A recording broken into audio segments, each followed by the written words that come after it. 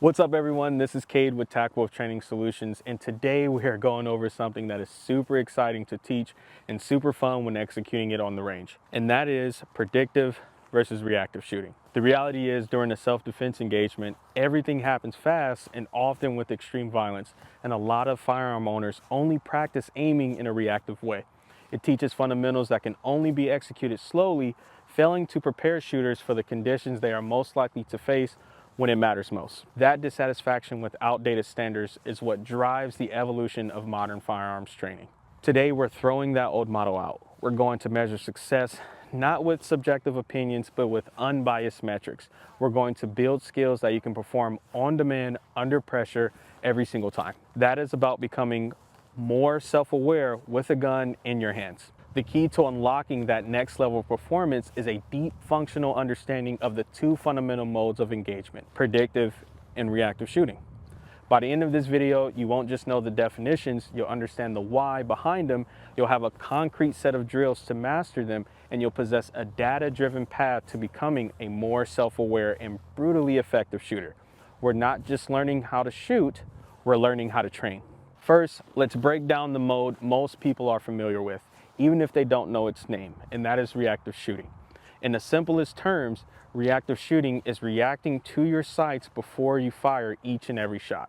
It is a conscious, deliberate decision-making process for every round that leaves the barrel. The mental process here is simple and direct.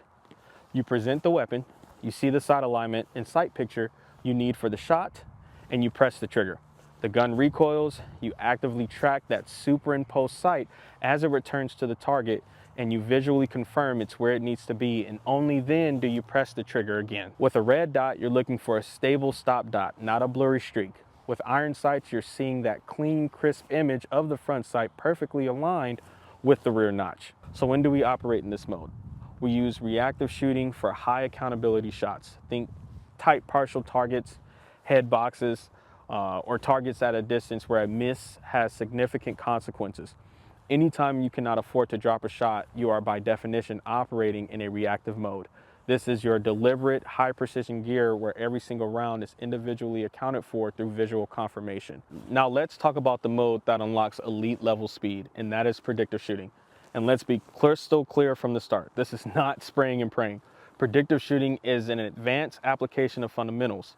It is the ability to fire multiple shots based on one initial sight picture, trusting your perfected mechanics to return the gun to the same point for subsequent shots faster than your brain can consciously process and react. The mental process here fundamentally shifts from see it, send it, to feel it, send it. You are relying on a flawless, consistent grip, impeccable recoil management, and a deep proprioceptive awareness, which is your body's intrinsic sense of itself in space to predict where the next shot is going to go, while you are still visually aware of what your sights are doing through the entire firing sequence. You are not waiting for a perfect conscious confirmation before breaking that next shot. You are operating on a trust built through thousands of correct repetitions. This is your close quarter status. It's for large open targets at closer distances where the demand for speed is a critical factor in the problem you're trying to solve. You are leveraging a bulletproof, repeatable process to operate faster than your conscious human reaction time would otherwise allow. It is a calculated application of mastered fundamentals, not a blind hope for good hits. It's easy to hear predictive shooting and want to jump right to the fun part, and that is going fast. But let me be clear, there are no shortcuts. Predictive shooting isn't a technique you just decide to do one day. It is the dividend paid out from thousands of reps of perfect fundamentals. It is the ultimate validation of your process. Trying to shoot predictively without this foundation is like trying to build a skyscraper on sand. It will collapse and it will be messy. This entire approach is built upon a critical shift in how one views the development of shooting skill. Instead of seeing predictive shooting as a separate technique to be learned, it must be understood. As the natural inevitable result of mastering the underlying mechanics, the causal chain is unbreakable. A master grip leads to consistent recoil, which produces a predictable sight return. Only when that return is predictable can one begin to shoot predictively. Therefore, training must follow the same logical progression. The fundamentals are not just a prerequisite, they are the engine. This is the price of admission that must be paid in full through dedicated, deliberate practice before the benefits of predictive speed can be realized. The first thing you have is the master grip. It all starts with the grip. Your grip is your primary interface with the firearm. It's what manages the violence of recoil. We're not just passively holding the gun, we are building a stable 360-degree platform of pressure that ensures the gun recoils and returns to the same spot. Consistent pressure from both hands, maximizing the surface area of your palms on the frame. Now, I am not telling you how to apply pressure. I'm saying whatever pressure you use, make sure it is consistent and repeatable. Make sure you're also locking the wrist to eliminate hinge points and using your support hand to lock down these two fingers to eliminate sympathetic movement. These are not suggestions, they are absolute requirements for performance at speed. Next is your vision.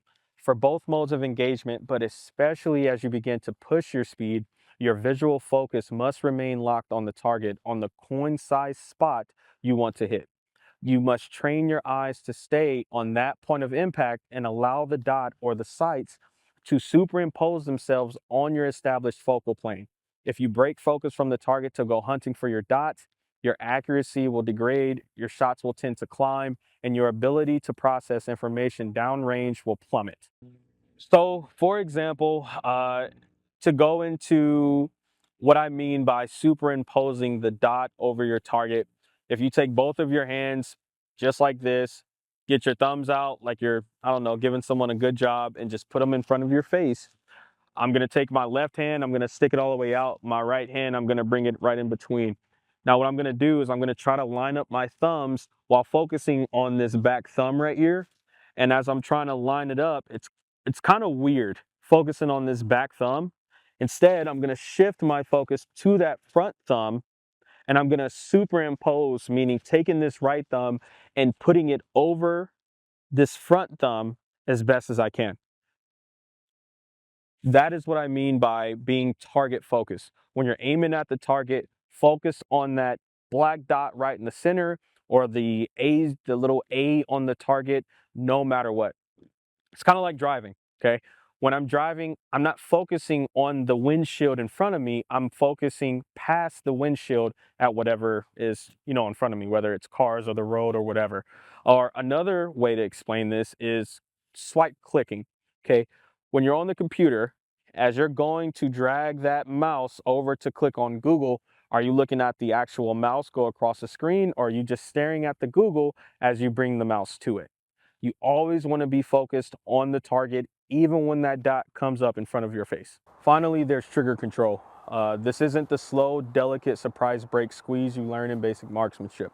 This is about pressing the trigger cleanly and smoothly straight to the rear without disturbing the sight picture. On demand, the instant your brain gives the command to fire, the press needs to be clean, consistent, and completely independent of your grip.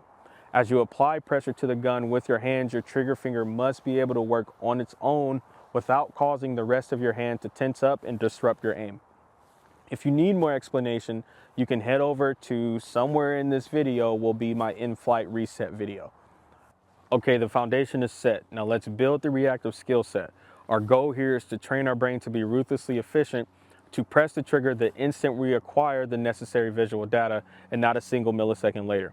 We need to eliminate hesitation and overconfirmation. So to map your ability to scale your visual confirmation under a changing cognitive load, we use a classic throttle control drill called the Accelerator. This drill forces you to change gears dynamically. Here's the setup. Place 3 standard USPSA targets side by side, spaced roughly 1 yard apart. Target 1 is positioned at 7 yards, target 2 is at 15 yards, and target 3 is at 25 yards. On the buzzer, draw from the holster and engage each target with exactly 2 rounds, moving from the closest target to the furthest target. It should be 6 rounds total. What we are diagnosing here is your auditory signature, the rhythm of your splits. At 7 yards, you have a massive margin of error, allowing for a hyper-aggressive predictive cadence. But as your gun transitions to the 15 and 25 yard lines, your brain must recognize the tighter constraints.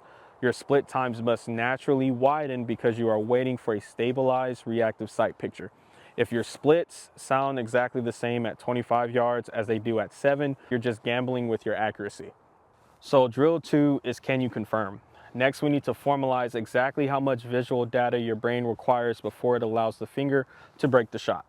At TACWolf, we categorize this visual processing into 3 distinct tiers of confirmation. Confirmation 1, which is predictive, which is a visual flash. The instant the dot or front sight enters the perimeter of the target zone, the shot is broken on an aggressive index. Then you have confirmation 2, which is stabilized. The sight enters the high value zone, settles briefly, and you break the shot with high visual certainty.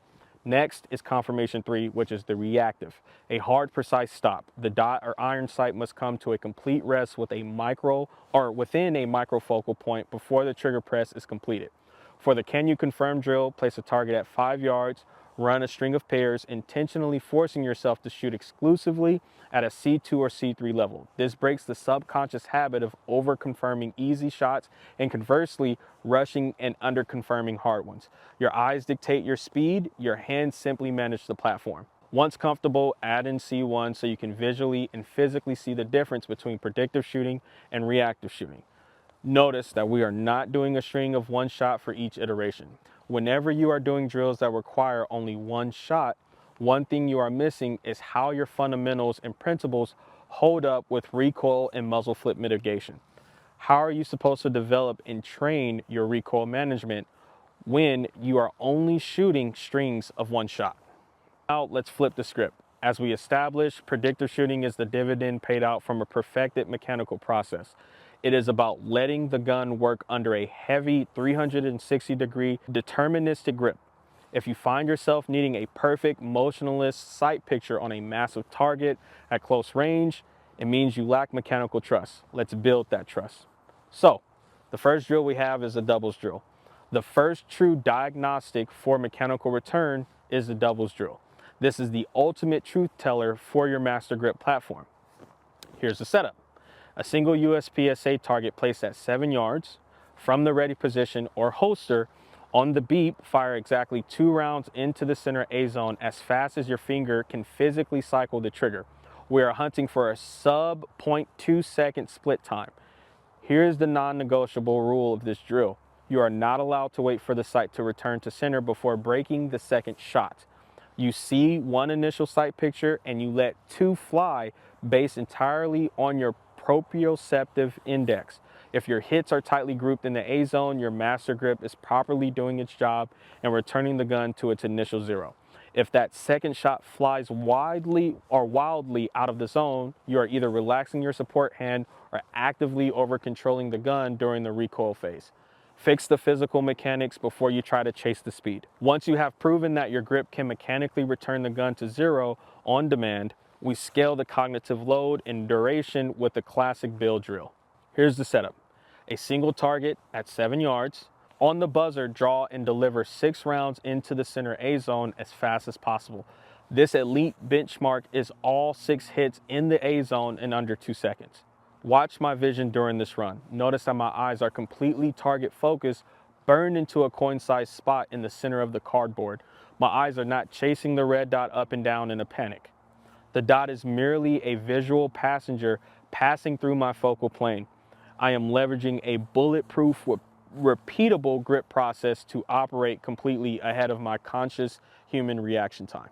High performance shooting isn't about choosing a purely predictive shooter or a purely reactive shooter. True lethality is the capability to fluidly shift your throttle between both modalities within the exact same string of fire. To build this fluid transition on demand, we run the hybrid matrix drill. Place 2 targets at 7 yards. Target A will be clean and target B will only show the head card.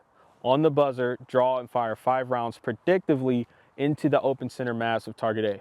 Immediately transition across the gap and fire 2 rounds reactively into the small head box of target B. Listen to the audio signature of a master running this drill. It should sound like pop, pop, pop, pop, pop, pause, pop, pop. You smash the gas predictively on target A, then instantly drop your visual anchor, snap your eyes to the micro focal zone of target B, and enter a strict reactive confirmation before pressing. If your cadence remains flat, mono-rhythm throughout the entire drill, you are either over-confirming the easy target or completely gambling on the hard one. Finally, we eliminate all subjectivity from our training. We do not care about how a run feels. We care about cold, unbiased, measurable metrics. This is the dope drill, or data on previous engagement. Here's the setup. A standard USPSA target, you will run this progressively at 5, 10, 15, 20, and 25 yards. At each specific yard line on the beep, present the weapon from the low ready or the holster and fire 5 rounds aggressively. We measure your success using your mathematical hit factor. The formula is absolute, okay? So A zone hits yield 5 points, C zones yield 3 points, and a miss hits you with a devastating 10-point penalty. Divide that total score by your overall elapsed time on the shot timer, and there you have it, which is your hit factor. As you step backward from 5 yards out to 25 yards, this drill will map an exact physical and visual cliff where your efficiency drops off. Up close at 5 yards and 10 yards, your mechanics allow for a hyper-aggressive predictive pace, but somewhere around the 15 to 20 yard line, you will watch your score completely bleed out if you don't intentionally step down the throttle and transition into a reactive stabilized sight picture. This dope drill gives you your exact boundaries. It tells you exactly where your predictive capacity ends and your reactive necessity begins. Fellas, the metrics do not lie. Stop training at a single comfortable speed and calling it proficiency. Get out on the range, run these diagnostics, and find exactly where your system breaks down under pressure.